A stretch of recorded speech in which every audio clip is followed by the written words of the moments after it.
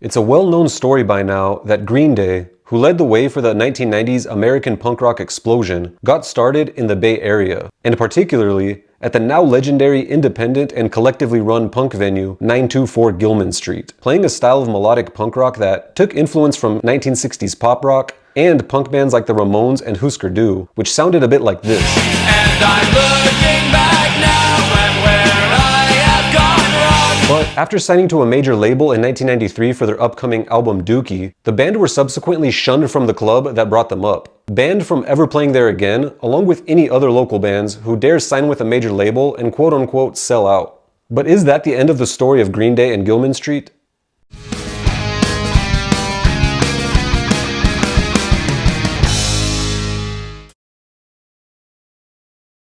Hi there, I'm Joe Meyer, and this is Heavy Academia, a forum for discussing heavy music. And today, I want to talk about the history of Green Day and its longer than expected relationship with the Berkeley club 924 Gilman Street. But first, please consider helping out the channel by liking this video and subscribing so that I can keep making videos like this one. Now, 924 Gilman Street opened up in Berkeley, California in 1986 and provided a new haven for alternative kids and outcasts, just as punk rock had already declined throughout the United States and had become more and more violent, with venues hosting punk rock shows in the mid-80s often getting shut down. Author Dan Ozzie has described Gilman Street as a place for the misfits among misfits, kids who weren't old enough to get into shows at bars and weren't tough enough to survive shows at violent punk venues. Quickly earning the reputation as a place that could get rowdy but without all the violence of other scenes, Gilman Street began attracting more and more bands, including Green Day. Green Day first formed in 1987, when Billie Joe Armstrong and Mike Dirnt were still in high school, and at first they were considered by Gilman Street co-founder Tim Yohannan to be too poppy to play there. But thanks to support from other bands, they finally got their shot and played their first show at Gilman Street under the name Sweet Children in 1988. This began a multiple-year relationship between the band and the Berkeley punk scene, and they played their first show as Green Day at Gilman in May of 1989, opening up for probably the most legendary band to ever come out of the Berkeley punk scene, ska punk pioneers Operation Ivy. Billie Joe Armstrong even stated that, "I used to go see Operation Ivy all the time. They were like my favorite band. These guys were like rock stars or something. You know, if there was a such thing as a rock star coming out of Gilman." Green Day became even further attached to the Gilman scene when they signed with local indie label Lookout Records, who also put out Operation Ivy's first and only full-length album, Energy. While Operation Ivy were the biggest band in Berkeley at the time, their tenure was short-lived and they called it quits in 1989, leaving the door open for new bands like Green Day to take center stage. While Green Day would go on to open up for Operation Ivy at Gilman for their final farewell show, they also took the reins as the next biggest band in the local scene. But Green Day would soon go on to outgrow the club and the scene that it came from. From their epicenter at Gilman Street, Green Day would explode in the early 1990s, going on well-attended tours throughout the US and even in Europe. They got so big that their Berkeley label at Lookout Records simply couldn't keep up with the demand for their latest release, 1991's Kerplunk. And by 1993, Green Day had made it known to Lookout Records founder Larry Livermore that they would be signing to a major label. The news of Green Day signing to a major label almost immediately led to accusations that they had betrayed Gilman's DIY ethic and sold out. Now, Gilman Street had a clear set of rules since its founding, which included no racism, sexism, or homophobia, and no alcohol, drugs, or fighting. But Green Day's signing to a major label prompted them to add a new one: no major label bands. This was a new rule that would go on to affect other Bay Area bands like Sam I Am and Jawbreaker. So, because they left Lookout Records for Reprise Records, which was owned by Warner Bros., Green Day was officially 86th, or banned, from ever playing at 924 Gilman Street again. And to make matters even worse, they were virtually shunned by the entire Bay Area punk scene. And during their last show, before jumping to a major label, some fans even boycotted and protested against them in Petaluma, California, not far from Berkeley. At first glance, the split between Green Day and Gilman Street appears to have been pretty ugly and antagonistic, forever spelling the end of their relationship. It also appeared to be inevitable, since how could the world's most commercially successful punk band ever reconcile with the values of a do-it-yourself underground community like Gilman? And when Green Day signed to the major label, Tim Yohannan wrote a scathing critique of Green Day and major labels in general in a 1994 issue of Bay Area punk magazine Maximum Rock and Roll, saying that there can be no middle ground or gray area when you're under attack by forces alien to the fundamental principles of a community or society. It is usually much more difficult to discern when people you thought were your friends and were completely committed start getting chummy with the invaders, whore themselves out, and then rationalize it under a cloak of bullshit. What does it all mean when Green Day is on MTV? Or when every corporate alternative band has orange hair? Just what the fuck does alternative mean then? Green Day responded with Billy Joe saying that Tim Yohannan can go and suck his own dick for all I care. He doesn't know what the fuck he's talking about. I've never waved a punk rock flag in my life. This bitterness seems to have escalated even further when Green Day reacted to their ban by including the song 86 on their follow-up to Dookie, 1995's Insomniac. The song seems to take a sarcastic or even vindictive approach to being banned from Gilman, with lyrics like, "There's no return from 86, don't even try, exit out the back and never show your head around again. So stand aside and let the next one pass, don't let the door kick you in the ass."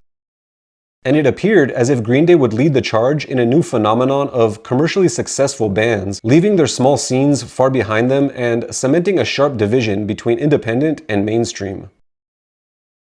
However, things aren't quite as simple as that, and there's actually a much longer history between the band and its members and the club that would continue even after Green Day signed to a major label.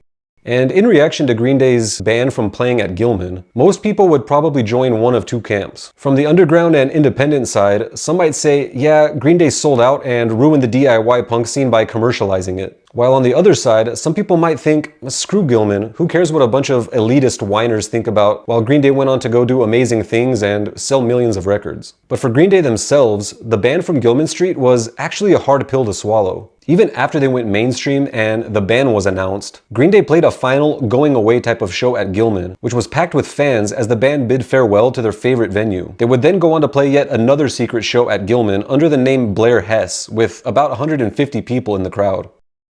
Also, in the years following the ban, Billy Joe had been known to sneak back into Gilman to watch local bands, including during an episode where he ran into an old friend at a show there that gave him the cold shoulder, which is apparently the event that actually inspired the song 86. Billy Joe was also known to disguise himself with a beard while hanging around the Berkeley scene, which he did to watch fellow Bay Area band Jawbreaker play in 1994.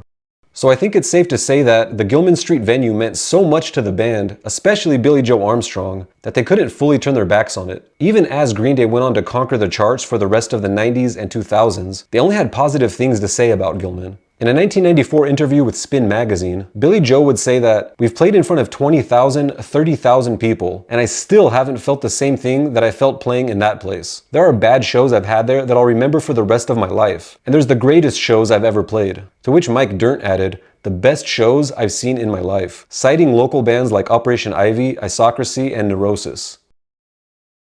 But at the same time, Green Day often purposefully avoided mentioning Gilman in interviews out of respect for the club and the scene's wishes to remain underground. Armstrong would even reveal a bit later that he actually understood where the club was coming from when they got banned from playing there, telling us that, "I think that mentality is definitely necessary for a club like Gilman to close their doors to certain people. When we signed to a major label, we knew we were never going to play there again. We knew it. There was no memo. We knew the deal. And we did it anyway." But then, in 2001, just as Green Day were still riding on the commercial success of their 1997 album Nimrod and its most popular track, Good Riddance, Time of Your Life, they did something that no one would have predicted back when they signed to a major label in 1993 and played an unannounced show at 924 Gilman Street. Green Day had joined the Gilman crowd for a show by their friends The Influence, after which the trio jumped on stage and played a surprise set using the Influence instruments and playing 7 songs, including an Operation Ivy cover. By then, the anger over their major label jump seems to have waned a bit, and American punk rock in general was losing much of the commercial draw it had during the mid and late 1990s, which had caused so much anxiety in the punk rock underground. But that wouldn't be the first or last time that the band and its members played at the club. With his other band, Pinhead Gunpowder, Billy Joe continued playing shows at Gilman Street, and in 2008, they donated new equipment to the venue, including new speakers and a mixing board. Also, Green Day played a secret benefit show at Gilman to raise money for the independent, radical Bay Area publishing house AK Press, which had been severely damaged by a fire in Oakland. They were even joined on stage by fellow Bay Area legends Tim Armstrong of Rancid and Jello Biafra of Dead Kennedys. Following these secret shows, Billy Joe Armstrong and Tim Armstrong put together a side project in 2017 called the Armstrongs, whose goal was to raise money for Gilman Street. So, in my opinion, this story leads to some interesting takeaways. It seems that there is a sort of symbiotic relationship, where underground, anti-corporate DIY scenes benefit alternative music, while bands getting big and going mainstream can help out those same scenes that are against them going mainstream. In other words, if it weren't for independent clubs like 924 Gilman Street, there wouldn't be scenes that produced bands like Green Day. And on the other hand, if it weren't for the success of bands like Green Day, who knows what would have happened to a place like Gilman.